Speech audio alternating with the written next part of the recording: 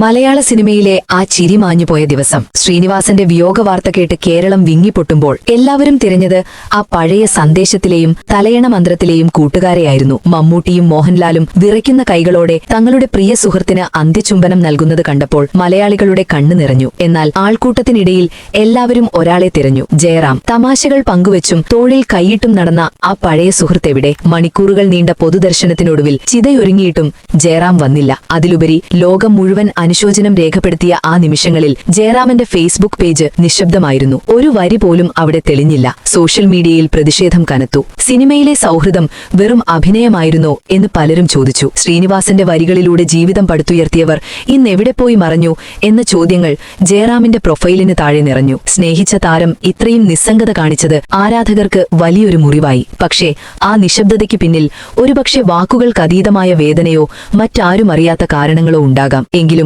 ഒരു കാലഘട്ടത്തെ ചിരിപ്പിച്ച ആ വലിയ മനുഷ്യന് വിട ചൊല്ലാൻ പ്രിയപ്പെട്ടവർ വരാതിരുന്നത് മലയാളികളുടെ മനസ്സിൽ ഒരു വിങ്ങലായി ബാക്കി നിന്നു. സിനിമയിലെ സൗഹൃദങ്ങൾ വെള്ളിത്തിരയിലെ വെളിച്ചമണയുന്നതോടെ അവസാനിക്കുന്നതാണോ എന്നൊരു നോവ് ആ ദിവസം ബാക്കിവെച്ചു. ഈ വാർത്ത ഇഷ്ടമായാൽ സബ്സ്ക്രൈബ് ചെയ്യൂ ബബിൾകം മീഡിയ.